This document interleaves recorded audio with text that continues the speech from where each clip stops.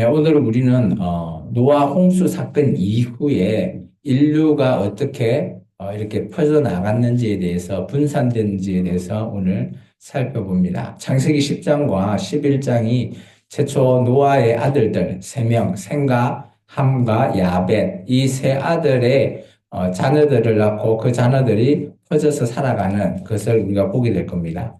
창세기 10장을 전반적으로 보면 셈 족속은 우리 이렇게 초록색 쪽으로 펴져나가고요. 그리고 함은 아프리카를 기점으로 해서 이쪽 바벨론까지 가게 되고요. 그리고 야벳은 이제 우리가 저 유럽이나 이런 쪽으로 첫 이게 시작이 되는 겁니다. 오늘 이 말씀에 창세기 10장의 말씀을 우리가 한번 읽고 여기서 우리가 좀 주목해 봐야 될 부분이 바로 바벨론이라고 하는 나라입니다. 이 바벨이라고 하는 것을 우리가 좀 집중해 좀 있어 볼 겁니다. 오늘 말씀이 좀 길어서 말씀을 먼저 읽고 난 이후에 같이 한번 살펴볼까 합니다. 우리 창세기 10장 1절부터 우리 같이 한번 읽겠습니다. 노아의 아들 셈과 함과 야벳의 조건은 이러하니라. 홍수 후에 그들의 아들들을 낳았으니 야벳의 아들을 고멜과 마국과 마데오 야왕과 두발과 메섹과 디라스요. 고멜의 아들들은 아스그라스와 립박과 도갈마요. 야완의 아들은 엘리사와 달시스와 기띔과 도만입니다. 이들로부터 여러 나라 백성으로 나뉘어서 각기 언어와 종족과 나라대로 바닷가의 땅에 머물렀더라. 자, 여기 잠깐 보면 노아가 이제 아들 3명이었잖아요. 그죠? 그 3명에 대한 족보에 노아의 족보가 이제 시작됩니다. 창세기는 이제 족보들이 나눠져요. 그게 총 한 10개의 족보가 좀 나눠지거든요. 그 중에 이제 첫 번째, 노아의 족보. 노아 중에서도 이제 아들들의 족보들이 나눠집니다. 이것이 이제 우리 지금 인류의 근원이 되는 그런 족보들을 얘기합니다. 그리고 각 종족에 대해서 이제 설명을 했으면 좋겠는데 시간이 좀 부족하죠. 이거는 그냥 읽는 걸로 넘어가 대신하겠습니다. 이제 함에 대해서 한번 보겠습니다. 6절부터 10절입니다. 함의 아들은 구스와 미스라임과 북과 가나안이요. 구스의 아들은 스바와 하윌라와 삽다와 리아마와 삽드가요. 라마의 아들은 스바와 드단이며 구스 또 니무롯을 낳았으니 그는 세상의 천종사라. 그가 여호와 앞에서 용감한 사냥꾼이 되었으므로 속담에 이르기를 아무는 여호와 앞에 니무롯같이 용감한 사냥꾼이로라 하더라.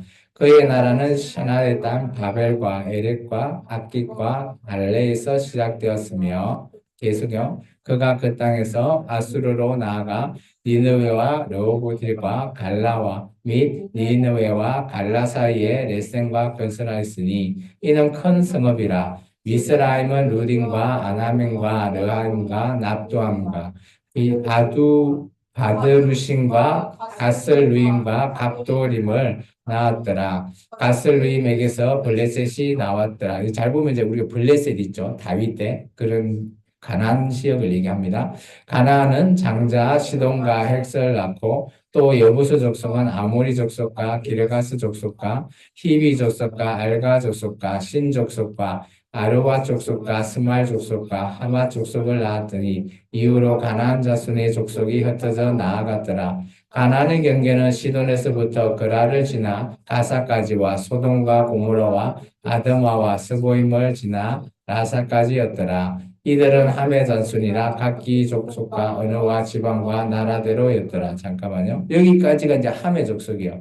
함의 족속은 우리가 좀 익히 많이 들었던 이름들이 많아요. 그래서 이제 함이 정말 이제 바벨론에 시작되는 이제 니무롯이 이제 나중에 탄생이 되는 그 부분이죠. 이건 이제 11장 1절부터 해서 그래 조금 볼게요. 이제 세 번째 셈의 족보를 한번 보겠습니다. 셈은 에벨의 온 자손의 조상이요 야벳의 형이라. 그에게도 자녀가 출생하였으니 셈의 아들은 엘람과 아수르와 아르박삭과 룻과 아람이요 아람의 아들과 우스와 홀과 게델과 맞으며 아르박삭은 셀라를 낳고 셀라는 에벨을 낳았으며 에벨은 두 아들을 낳고 하나의 이름은 벨렉이라 하였으니 그때의 세상이 나뉘었으며 벨렉의 아우의 이름은 욕단이며 욕단은 알모다 셀렉과 핫살 마굣과 예라와 하도람과 우살과 디글라와 오발과 아비마엘과 스바와 오빌과 하윌라와 요밥을 낳았으니 이들은 다 욕단의 아들이며 그들이 거주한 곳에서 메사에서부터 스발로 가는 길의 동쪽 산에 있었더라. 이들은 셈의 자손이니 그 족속과 어느 왕 지방과 나라대로였더라. 이들은 그 백성들의 족보에 따르면 노아의 자손의 족속이요 홍수 후에 그들에게서 그 땅의 백성이 나뉘었더라. 잠깐만요. 여기까지 해서 이제 우리가 30장, 10장을 보게 되죠. 셈의 족보에는 이제 우리 아르박산, 그 위에 데라, 그리고 우리가 잘 알고 있는 아브라함의 후손이 아브라함이 등장하죠. 그래서 아브라함의 후손은 이제 우리가 창세기 12장부터 해서 우리가 보게 됩니다. 그래서 잘 보면 10장에서 아까 제가 좀 전에 지도에 보여줬던 것처럼 야벳과 함과 셈 이런 각각의 종족들이 흩어져 살게 됩니다. 그래서 지금 우리나라도 그죠? 우리나라가 뭐 셈족 속에 구해다 뭐 이런 소리도 있긴 해요. 어쨌든 간에 뭐 이런 식으로 인류가 퍼져나가게 되는 그런 부분을 얘기합니다. 근데 이제 성경은 여기서 창세기 10장과 11장에서 좀 주목해 보는 부분이 있어요. 10장은 전체의 족보를 지금 얘기하고 있죠. 그리고 11장에서는 이제 두 족보를 자세히 봅니다. 그 두 족보 중에 첫 번째가 바로 니무롯의 나라인 바벨에 대해서 얘기하고 있고요. 그리고 그 뒤에는 셈의 족속이 나옵니다. 그리고 셈의 족속이 어디까지 가는가 하면 아까 아르박사스에서부터 해서 나중에 데라의 족속인 아브라함을 소개합니다. 그리고 12장에 되면 우리가 잘 아는 아브라함이 등장합니다. 그러면 성경은 뭘 얘기하고 있는가 하면 니무롯의 최초의 하나님을 대적했던 니무롯의 나라와 아브라함의 그 길을 비교하고 있다라는 거예요. 이게 성경은 전체 족보를 얘기하지만 그 중에서 집중해서 보는 사람이 있다라는 거예요. 오늘 우리가 말씀은 니무롯의 나라인 바벨론을 우리가 좀 주목해 볼 겁니다. 이 바벨론이 왜 중요하냐? 창세기에 등장한 이 바벨론이 나중에 요한계시록에도 등장한다라는 거예요. 그래서 이 바벨론이라고 하는 이 나라가 어떤 나라이고 어떤 것으로 만들어지는 것이 된지 11장에 좀 자세히 얘기하고 있습니다. 우리 11장 1절에서부터 9절까지 읽겠습니다. 온 땅에 언어가 하나요, 말이 하나였더라.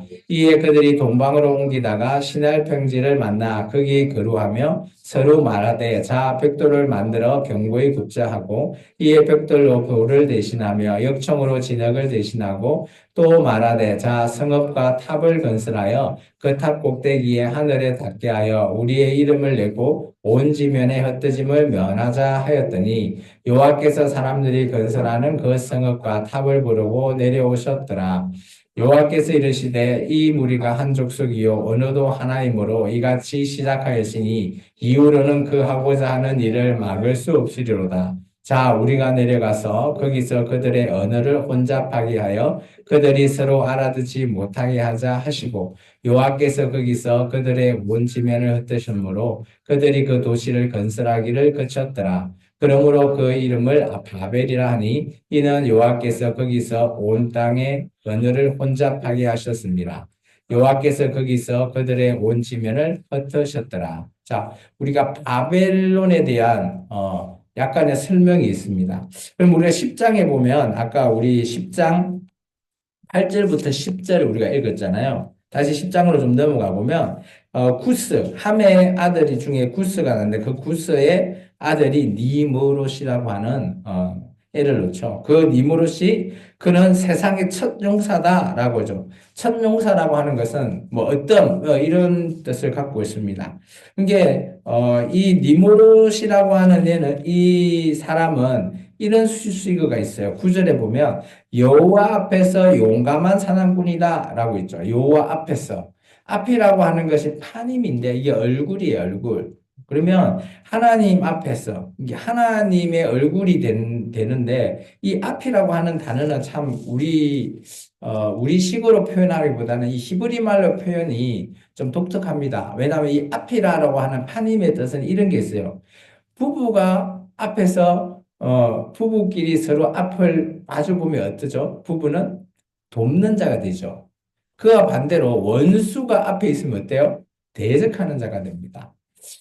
그래서 여기서 말하는 앞이라고 하는 뜻은 그죠? 좋은 쪽으로 보면 서로 도와주는 그죠? 하나님과 앞이다라고 했을 때 좋은 쪽은 하나님을 돕고 하나님을 경외하는 자가 되겠지만 그렇지 않는 자는 하나님을 대적하는 자라는 표현을 쓸 수 있는 거예요. 그렇다면 이 니모롯이라고 하는 것은 하나님 앞에서 대적하는 자로서 용감한 사람꾼이다라고 되어 있습니다. 근데 기존의 개역 한글에는 이 용감한이라고 하는 뜻이 특이한이라는 뜻을 썼어요. 왜 특이할까요?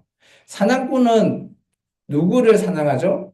동물을 사냥하지 않습니까? 근데 이 니모롯은 사람을 사냥했다는 거죠. 그래서 우리 창세기 10장에 나오는 제가 이것 잠깐 넘겨줄게요. 여기서 보면 이 니모롯은 용감한 사냥꾼, 이게 사람을 처음으로 사냥하고 처음으로 사냥은 아니지만 사람을 사냥한 그런 특이한 용감한 사냥꾼이었다라는 표현을 쓰고 있어요. 근데 이가 등장했던 보면 10장 10절에 보면 그의 나라잖아요. 여기서 나라를 이루었는데 니모롯의 나라가 어디 있다고요? 시날 땅에 있는 바벨에서부터 해서 그 주위에 있습니다. 그래서 바벨이 대표다 보니까 바벨론이라고 하는 나라를 지었어요.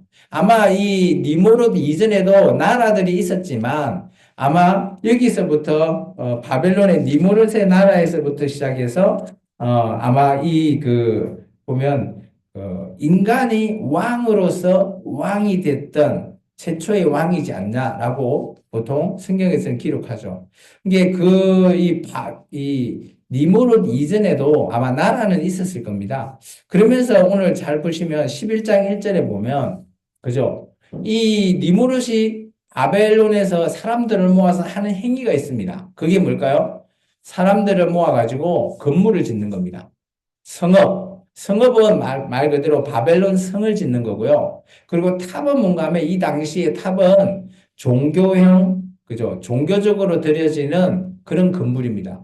지구라트라고 하는 그런 건물인데요. 이 탑이 뭔가 하면 제사를 드리는 이런 부분이에요. 그러니까 이 탑을 건설한다라는 의미는 하나님을 대적하기 위한 거죠. 그래서 여기 보면 꼭대기를 하늘에 닿게 한다. 뭐 그런 식으로 해서 오늘 하나님을 대적하는 그런 행위를 하고 있는 그것을 오늘 5절에 보면 하나님께서 그죠? 이것을 내려다보고 내려오셨다고 합니다. 그리고 나서 하나님께서 잘 보시면 그죠? 6절의 말씀이 참 우리에게서는 좀 독특합니다. 하나님도 그 일을 그냥 내버려 두면 막을 수가 없대요. 지금 하고 있는 이 행위를 우리도 이 하는 일을 막을 수 없다. 앞으로 계속 냅두면. 그렇다면 하나님이 전지전능하신데 못 막는다? 그 의미가 어떤 의미일까요? 첫 번째, 하나님이 전지전능하지 않으신다라는 뜻이고요. 그건 못 막는다는 뜻은. 두 번째는 더 이상 하나님은 지금 마음 아프게 인간을 죽이고 싶지 않다라는 그런 마음이 있는 겁니다. 저는 후자라고 봅니다. 하나님이 못하실 일은 없는데 이거 내버려 두면 하나님이 또다시 인간을 심판해야 돼요. 노아의 홍수 때처럼. 그러고 싶지 않는 마음이 있는 겁니다. 그래서 하나님께서 11장 6절은 하나님의 이 마음을 적었다라고 저는 봅니다. 하나님의 심정. 이들 내버려 두면 앞으로 이거 막을 수 없다? 진짜 못 막아서 막을 수 없는 것이 아니라 이들을 내버려 두면 이들을 다시 죽여야 하는 그 아픔을 다시 겪어야 되는 하나님의 심정을 우리가 엿볼 수 있는 거죠. 그래서 하나님께서 내려가서 그들의 언어를 혼잡하게 하시고 나서 그죠? 이들이 흩어졌다라는 겁니다. 그로 말미암아 인간이 심판하지 않고 그죠? 다시 하나님 앞에 살 수 있는 그 조건을 허락받았습니다. 여기서 말하는 바벨이라고 하는 원어의 뜻을 살피면 원어가 참 아이러니합니다. 우리나라 말로 보면 히브리어로는 혼잡입니다. 바벨이라고 하는 자체의 뜻이 혼잡이라고 합니다. 이처럼 오늘 니무롯의 나라는 하나님을 밥의 탑으로서 하나님을 대적하려고 하는 그런 부분을 하나님께서 막으심으로 말미암아 인류가 더 이상 하나님의 심판을 그죠 당하는 것을 보루하신 거죠. 근데 우리가 여기서 좀 집중해 봐야 되는 건 뭔가 하면 니무롯의 나라라는 거죠. 이 나라는 인간의 욕심으로 말미암아 하나님을 대적하는 그런 나라라는 겁니다. 니무롯의 나라는 첫 번째 성경 속에 등장한 최초의 나라이죠. 그리고 말 그대로 이 안에는 신화와 우상의 나라입니다. 그죠? 종교형 탑을 만든, 그리고 하나님을 대적하는 우상의 나라고요. 또 놀라운 거는 그들이 세상을, 그죠? 꿈꾸는 나라. 그리고 전쟁과 정복으로 시작한 나라가 되고요. 그리고 정말 중요한 거는 영적으로 봤을 때 사탄이 그 배후에 있는 나라라고 말하는 겁니다. 이 바벨탑 사건은 보시면 이렇게 뭐 바벨탑이 그 당시 종교용 탑이 만들어졌다고 하는데 하나님께서는 이 탑, 지구라트를 통해서 이들이 하나님을 대적하게 되므로 하나님이 더 이상 인간에게, 그죠? 어, 심판하기를 원하지 않으시는 그런 하나님의 심정이 담겨 있다라는 겁니다. 그럼 여기서 말하고 있는, 그죠? 니무롯의 나라인 바벨론은 말 그대로 하나님을 대적하는 나라로서 존재하는 겁니다. 우리가 이것을 꼭 기억해야 됩니다. 왜냐? 이 바벨론이라고 하는 것은 성경에 3번 등장하는데요. 이때, 창세기 이때 시작할 때 등장하고요. 중간에 이제 신바벨로니아 해서 느부갓네살 왕이, 그죠? 바벨론이라고 하는 이름을 통해서 그곳에서 오늘 나라를 만들어서 이스라엘 민족을 다 멸망시키죠. 그리고 맨 마지막에 최후 마지막 바벨론, 그게 그때 이름이 바벨론이 될지 어떨지는 알 수 없지만 그 이름이 바벨론이라고 요한계시록은 말하고 있어요. 그렇다면 바벨론은 성경에서 최초의 나라이자 마지막의 나라, 그리고 이 바벨론이라고 하는 이 나라 안에는 사탄이 배우러서 우상을 숭배하게 만들고 하나님을 대적하는 가장 근본적인 나라의 시작이 됩니다. 그죠? 하나님을 대적할 수 있는 존재는, 그죠? 사탄이잖아요. 사탄의 나라가 시작이 된다라는 거예요. 이 나라에 대해서는 인간이 어떻게 할 수가 없는 거죠. 그래서 잘 보시면 아까 우리가 지도로서 퍼져나갔을 때 이제는 10장을 통해서 바벨론을 기점으로 해가지고 나라들이 흩어진다는 겁니다. 이 바벨론의 이 나라에서 다 모였다가 이제 아까 우리가 이제 셈, 함, 라벳이 흩어져 있는데 이 바벨론에서 언어가 혼잡하게 함으로써 하나님께서 이들이 흩어져서 새로운 삶을 살 수 있게끔 만들었다는 거예요. 그러면 이 언어를 혼잡하게 하는 민족 분산은 어떤 것인가 하면 하나님께서 언어를 혼잡하게 만들므로써 이게 은혜라는 거예요. 지금 우리가 보면 우리는 한국어를 쓰고 있잖아요. 미국 가면 영어를 쓰고, 다른 나라 가면 일본 가면 일본어를 쓰고, 중국 가면 중국어를 쓰듯이 언어가 하나가 되면 바벨론처럼 그런 나라가 된다는 거예요. 그죠? 그런 징조가 있는 거죠. 그래서 나중에 계시록에 가보면 언어가 소멸되고 통일될 때 그때는 새롭게 이 바벨론이라고 하는 이 창세기 10장과 같이 그런 하나님을 대적하는 자, 그래서 요한계시록은 그들을 즉 그리스도라고 말하고 있습니다. 아마 그렇게 되지 않을까라고 얘기합니다. 그리고 하나님께서는 니무롯의 이 나라가 나중에 계시록에는 짐승의 나라가 등장하게 되죠. 그리고 여기들이 쓰고 있는 바벨론 종교는, 그죠? 계시록 17장에 있는 종교 바벨론과 동일하다는 거예요. 이때가 마지막 바벨론이라고 쓰여져 있는 겁니다. 그래서 우리가 언어가 혼잡되어 있고, 언어가 여러 개로 나눠져 있고, 그리고 이 당시에 민족이 흩어져 있던 것 자체가 하나님 앞에서 우리가 은혜를 입은 거죠. 그리고 그 중에서 하나님께서 정말 중요한 한 사람을 찾습니다. 그 사람이 누군가 하면 다음 시간에 할 아브라함입니다. 아브라함을 통해서 하나님께서 일하신다는 거죠. 그래서 창세기는 총 50장이 되어 있는데 12장부터 50장까지 어마어마한 분량이 아브라함의, 그죠, 족보, 후예들, 후손들의 이야기로 다 담고 있습니다. 이 말은, 그죠, 노아의 홍수 이전에 하나님의 그런 모든 것들을 진멸시키고 새롭게 시작했을 때 또 그 중에서도 하나님이, 그죠, 하나님을 대적하는 사람이 있는 반면에 하나님을 보기에, 그죠, 하나님을 경외하며 하나님의 말씀에 순종하는 자가 또 있더라는 거죠. 그래서 오늘 우리의 인생길도 마찬가지라고 봅니다.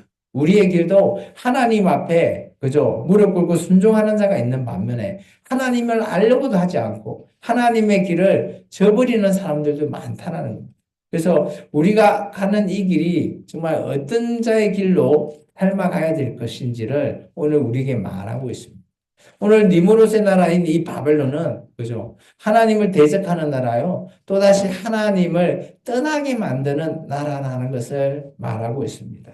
그래서 오늘 우리가 뭐 크게 의미를 두고 있지는 않지만 정말 이 바벨론이라고 하는 이 나라는 성경에서 좀 중요한 나라이고 이 나라를 통해서 마지막 계시록에 나오는 이 마지막 바벨론까지 우리가 한번 살펴보게 됐습니다. 다음 시간에는 이 니무르스 나라와 정반대인 그죠? 아브라함의 그 길을 우리가 한번 살펴볼까 합니다. 기도하겠습니다. 주님 감사합니다. 오늘 이 말씀을 통해서